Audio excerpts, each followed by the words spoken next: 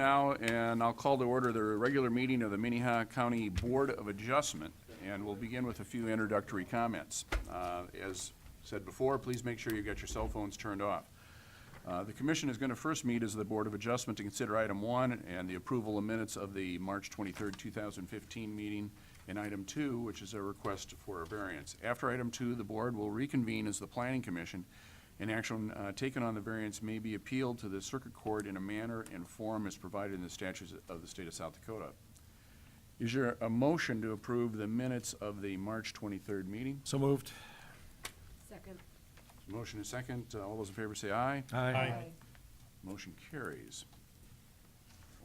Item number 2, and I forget who's got the staff report. Okay. Scott? Yep. Good evening, Scott Anderson, County Planning. Tonight we have one item for the Board of Adjustment. It is variance 15-04. This is to reduce the front yard setback from 50 feet to 9 feet on property that is located at 2012 South Split Rock Boulevard. This is approximately half a mile south of Brandon.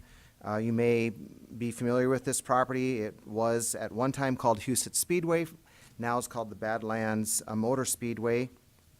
The applicant is requesting to reduce the front yard setback along the highway from 50 feet to 9 feet, and he is proposing to demolish an existing building and build a new building basically at the same location as the previous building and not increasing the encroachment any more than the existing 9 feet. Well, let me explain what the building is. The new building will consist of handicap accessible bathrooms, storage, concessions for the public that are attending the Speedway, and 18 guest suites. And if you go through your packet, you'll notice that there's a schematic of what the building is going to look like and a site plan. I went to the property on November 9th and conducted a site visit. You are all probably familiar with this. It's located south of Brandon. And I did discuss with the applicant whether they had met with the South Dakota Department of Transportation, because this is along a state highway, and they have had discussion with the DOT and have indicated to me that DOT is okay with the request, provided that they're not encroaching any further into the setback. And so I wanted to make sure I passed that along to you. As you're aware, there are several criteria for which a variance needs to be considered or meted against, and I'll go over those for you. Primarily 5. And the first one is that there are specific circumstances or conditions such as exceptional narrowness, topography, or siting of the lot that exists. And when I reviewed this property, I think that there is a very unique geographic setting. This property is sandwiched between South Dakota Highway 11 and Split Rock Creek. Much of the property is located within a FEMA-designated floodplain, and there is a steep embankment that falls off from the highway. And while this lends itself well to observing the speedway, it also really constricts where you can develop on the property because of the floodplain and because of the slope of the property. Number 2, that the variance does not grant a use which is otherwise excluded in that particular district or diminishes or impairs the property values in the area. The proposed use is a legal non-conforming use within the A1 district. The existing business has been at this particular site for more than 40 years, and it has not deterred growth from occurring in the general vicinity. Number 3, the third area that we are to consider is, does this request, are there specific circumstances or existing conditions which strict application of the zoning ordinance would constitute an unwarranted hardship? And strict adherence to the zoning ordinance would be, in my opinion, would constitute a hardship. The reduced setback would allow for the more useful, a more useful a more purposeful use of the property and to allow development to occur in such a way that it will keep it out of the floodplain, which we don't want development occurring within the floodplain. Number 4, that granting a variance is not contrary to the public interest and it is in harmony with the general purpose and intent of the zoning ordinance. The proposed building and subsequent need for a reduced setback does not harm the public. Actually, the new proposed building will provide bathrooms and will meet all of the ADA requirements and will be safer for the public to use. Furthermore, the staff finds that the reduced setback would be in harmony with the general purpose and the intent of the zoning ordinance by providing the enhanced services to the public which are needed. And number 5, that because of circumstances or conditions, there is no possibility that the property can be developed in strict conformance with the provision of the zoning ordinance, and that authorization of the variance is therefore necessary to enable reasonable use of the property.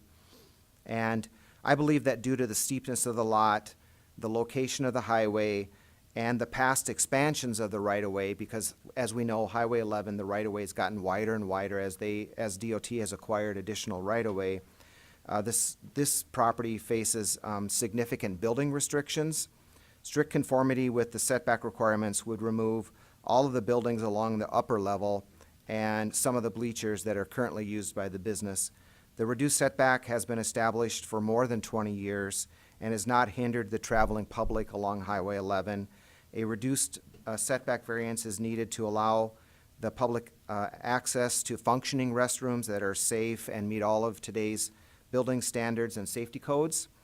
So with that in mind, staff is recommending approval of the variance request 15-4 to reduce the front yard setback, which is along the west property line, from 50 feet to 9 feet. And I'll go over just quickly a few pictures to show you the building that's being demolished and the new building that would be constructed. So this is an aerial photography, and you can see the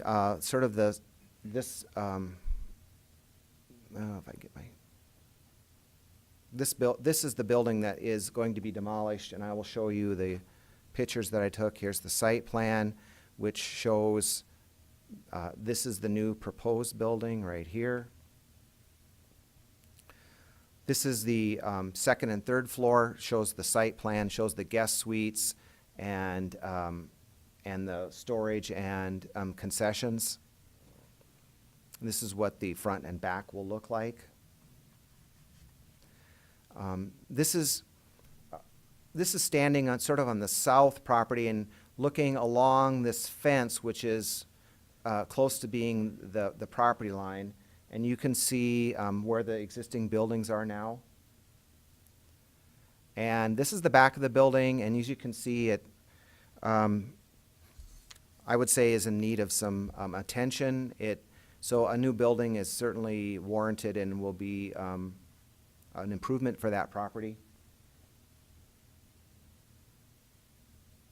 This is the front of the building. This is sort of looking, I'm on the south side, looking at the east portion of the building. You can see the bleachers are sort of to the right below it there.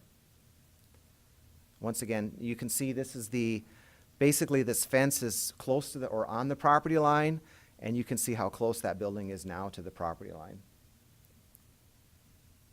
And this is the front of the building. The applicant has been making some improvements to the bleachers.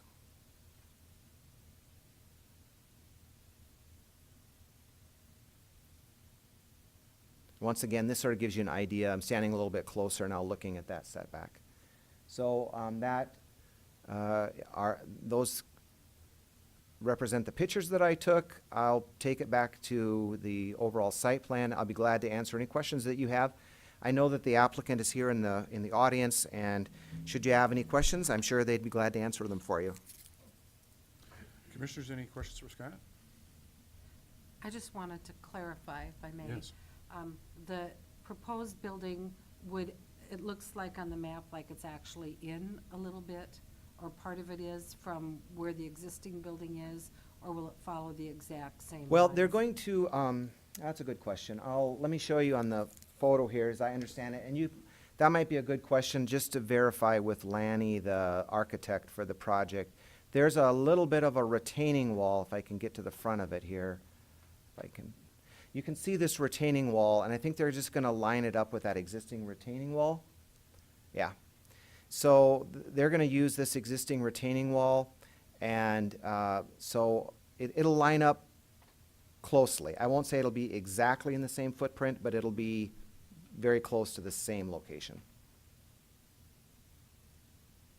Thank you. Any other questions? Thank you. Thanks, Scott. Sure. Is the applicant here, and can you come forward, state your name and address, and tell us about your project?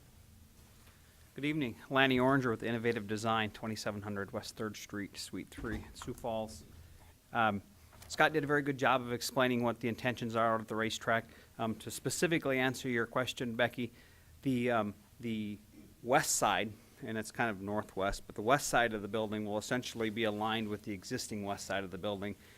The new building, so that we can accommodate the new accessible toilet rooms and so on, is slightly deeper in dimension. So it'll be built closer to the racetrack versus closer to the highway, because it has to be a little bit wider. Really, the main reason for putting this building up is really the fact that the toilet rooms that are out there, if anybody's attended the races in the past few years, the ones that are on the upper level, the women have had to use porta potties for a number of years, and the men's facility is just, it's not satisfactory for really anybody's use. And that's, I'm not exaggerating when I'm saying that. So really, this is more of a life safety and a health issue as much as it is an improvement to the racetrack. Thank you. Questions for Lanny? Thank you. Is there anyone else that would like to speak to this matter? If so, please come forward, state your name and address. Okay. Not see anyone, commissioners, what's your wishes? Mr. Chairman, Yes. you know, anything that's been around for 40 years or even 60 years is probably in need of some upgrading and improvement. And I'm really happy to hear about steps to resolve ADA issues. And so I plan to support this. Good. Making a motion to approve the variance. I'll second that. A motion and second to approve the variance. Is there any further discussion? Mr. Chairman, Yes, John. I also like to see people investing money. Okay, good. All those in favor say aye. Aye. Aye. Opposed, same sign, and motion carries. Thank you for coming in. Thank you. Now I'd like to call to order this regular meeting of the Minnehaha County Planning Commission. Motion to adjourn. Oh, got a motion, yeah. Right, we're, formally, we need to adjourn the, Motion to adjourn. second? Second. All in favor, say aye. Aye. Aye. All right, the